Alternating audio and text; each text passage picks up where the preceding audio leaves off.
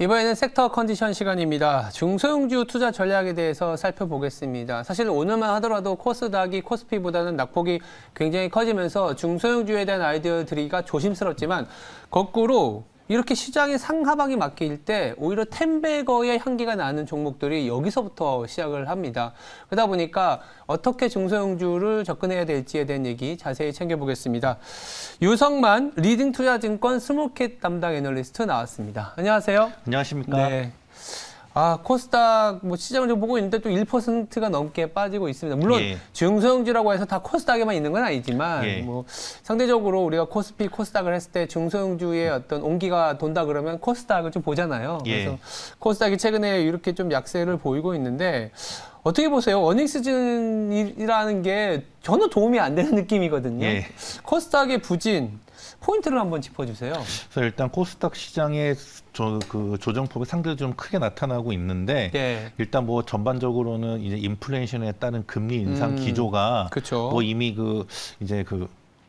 지난 1월 달에 엄청 크게 조정을 받았는데 또 갑자기 또 어제 또 이제 미국 연준의 총재 한 분이 좀 우리 기대보다 좀 더 이렇게 미국 금리를 좀 가파르게 빨리 올려야 된다는 그런 발언을 하면서 좀 이제 금리 인상에 대한 좀 시장에 조금 이제 리스크가 확대되면서 조정이 커지고 있고, 그 다음에 이제 어닝 시즌인데요. 좀 이제 올해는 작년과는 너무나 다른 게 올해는 정말 실적이 엄청 중요하게 지금 반영되고 있습니다. 그러니까 실적이 좋고 성장하는 건 당연한 거고 만약 컨센서스에 미스하거나 앞으로 기대에 못 미치는 실적의 흐름이 진행되면 큰 폭의 조정을 받는 게 지금 나오고 있는데요. 그래서 이게 좀 작년 같은 경우는 좀 숫자가 동반되지 않더라도 성장 모멘텀만 있어도 주가가 많이 올라갔었는데 올해는 그거와 지금 반대의 모습이 나오고 있습니다. 또 그 전반적인 또 이제 시장의 유동성이 축소되면서 특히나 더더욱이 이제 좀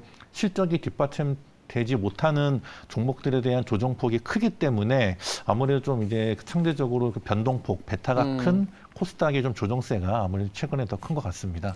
일단 실적이 원래 중요하긴 하지만 그때마다의 시장 색깔이라는 게 있잖아요. 작년에는 그래도 뭔가 새로운 스토리들, NFT, 메타버스, 여러 가지 스토리만 갖고 있어도 유동성이라는 힘이 있어서 굉장히 좀 좋은 분위기가 연출되어 있는데 최근에는 금리 인상기라는 것만 보더라도 유동성은 좀 축소되는데 스토리 갖고는 뭔가 이제 내리가 않는 거죠.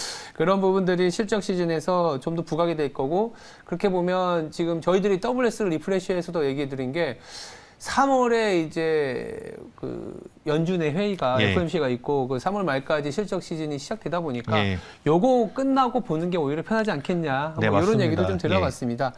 그렇다면 우리가 물론 3월이라는 기간, 그리고 실적 시즌이라는 기간이 한 달 이상 남아있기 때문에 짧은 기간은 아니지만 이런 기간을 통해서 우리가 어떤 트렌드도 또 생길 수 있다고 보고 있거든요.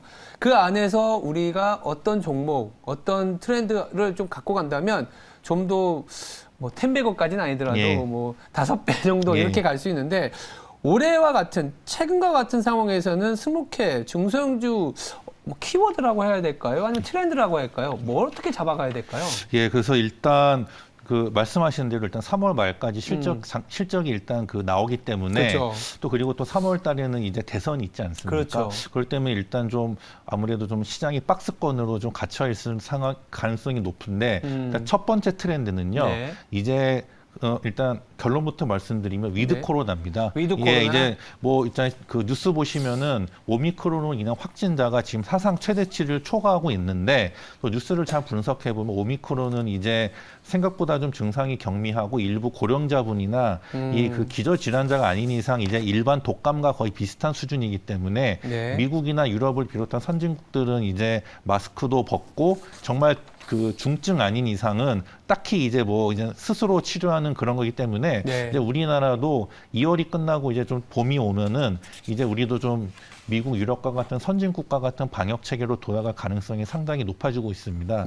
그래서 이제 우리가 코로나 한 지 이제 3년 됐는데요. 그래서 이제 우리도 3년 동안의 코로나 시대를 접고 다시 위드 코로나로 가야 됩니다. 그래서 일단 지금 당장은 위드 코로나 관련주인 여행, 항공료, 음식료, 섬유의복, 급식, 카지노 등 이러한 전통적인 위드 코로나 업종이 일단 주목되고 네. 또 근데 또 이제 여기서 또 인플레이션 시대를 맞이해서 또 요걸 해지할 수 있는 또 종목도 찾아내야 됩니다. 그러니까 좀 차이가 뭐냐면 코로나 전과 후의 차이가 뭐냐면 똑같은 코로나가 없는데 코로나 이전 시기는 금리 하락 시에 유동성이 풀리는 그런 시기였고 지금은 코로나가 없지만 거꾸로 금리가 올라가는 이런 시기이기 때문에 그 좀 차이를 잘 구분해서 대응하셔야 하지 않나 요거고 좀 두 번째는 일단 대선이 하면은 이제 어느 당선자 그 후보분이 대통령 당선자가 나오기 때문에 그 분의 이제 좀 정책 추진 방향을 좀 체크해서 또 이렇게 새로운 정부에 대한 이런 또 아무래도 이게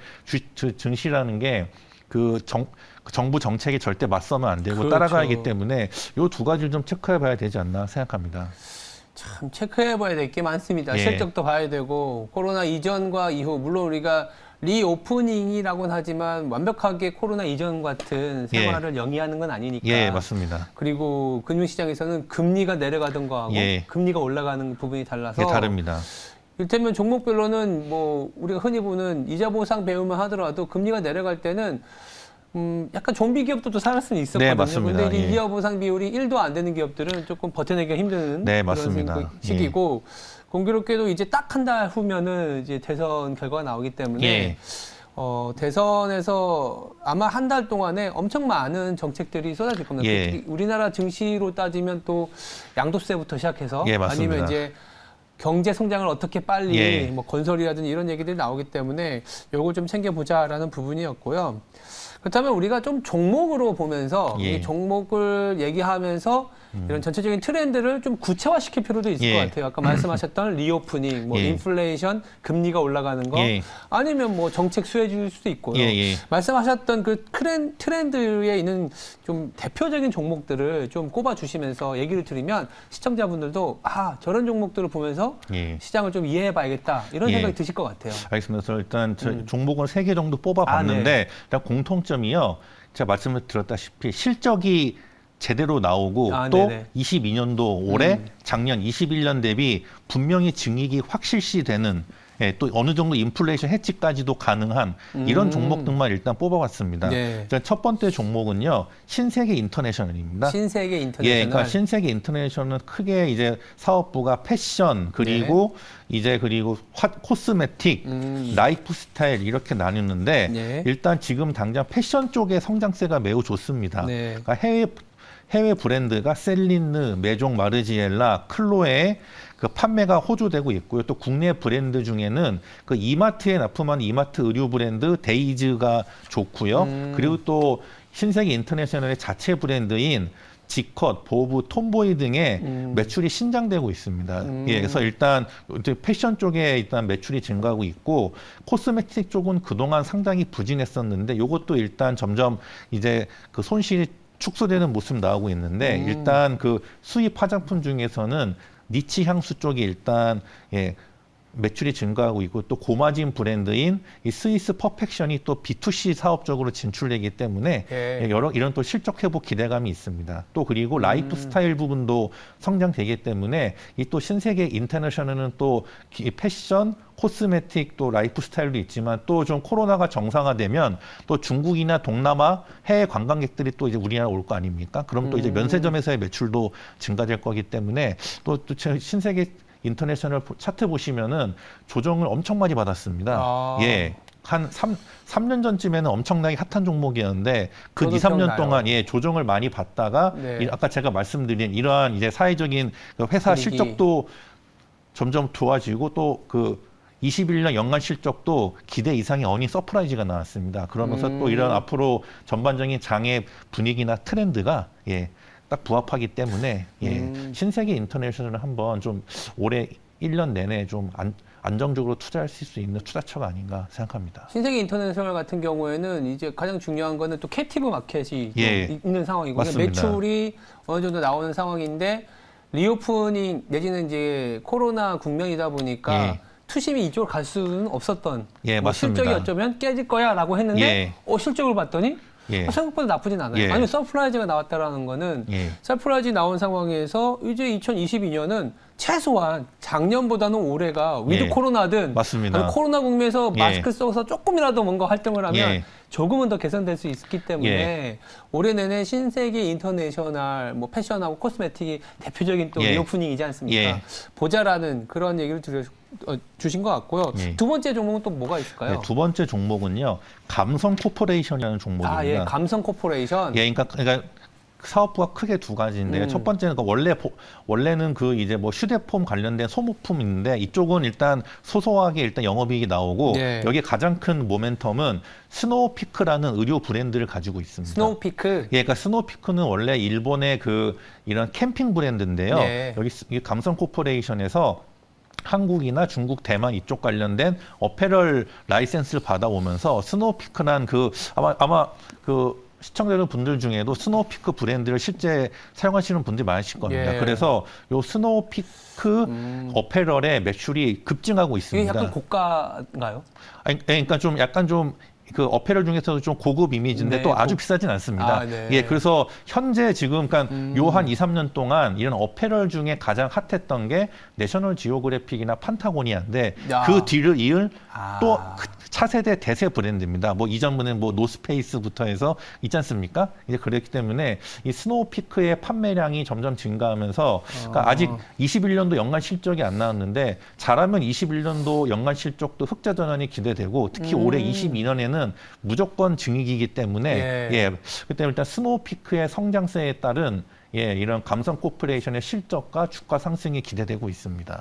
약간 아웃도어, 캠핑 뭐 이런 느낌이 좀 납니다. 아웃도어 캠핑 네. 그리고 우리가 입는 어페럴 그렇기 때문에 또 뭐 이번 그 코로나 시대에 또 캠핑 인구도 늘었고요. 그렇죠. 늘고 또 그러기 때문에 올해 위드 코로나가 되면은 더더욱이 캠핑이나 어페럴 쪽으로 해서 실적 성장에 따른 주가의 상승이 기대됩니다. 네, 알겠습니다. 아까 또 세 개의 종목을 갖고 오셨다고 했는데 마지막 한 종목은 뭐가 있을까요? 이건 제가 지난번에도 간략히 언급해드린 네. 건데 크리스 FNC입니다. 골프. 골프웨어입니다. 그러니까 뭐 아시겠지만 이제 그 골프 인구가 코로나 때 엄청나게 증가했지 않습니까? 맞아요. MZ 세대에다가 여성 골프 인구까지 증가해서 뭐 요즘 주변에 골프 안 치시는 분들이 거의 없을 네, 정도로 그러니까요. 엄청 많습니다. 그래서 여기 브랜드가 대표적인 게 뭐 팬텀, 뭐 마스터바니, 세인트 앤드루스 이런 거 보유하고 있는데 특히 그 중에서도 고가 브랜드인 마스터바니와 세인트 앤드루스의 매출 비중이 증가해서 ASP의 증가로 인한 매출 증가가 예상되고요. 네. 또 무엇보다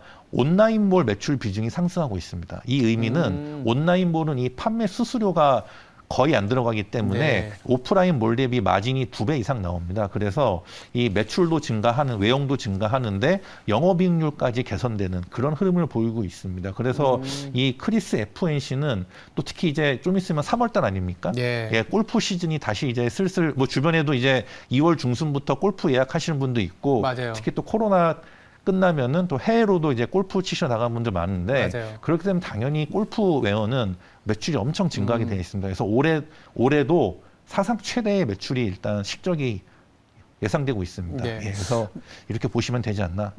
네, 막 말씀해 주셨던 신세계 인터내셔널 감성 코퍼레이션 크리스 FNC가 어떻게 보면 좀 리오프닝, 그러니까 패션, 코스메틱, 맞습니다. 캠핑, 거기다가 골프까지 예. 또 3월 이후에 바라봤을 때는 우리나라의 계절적으로 야외 활동이 많아지는 맞습니다. 시기이기 때문에 예.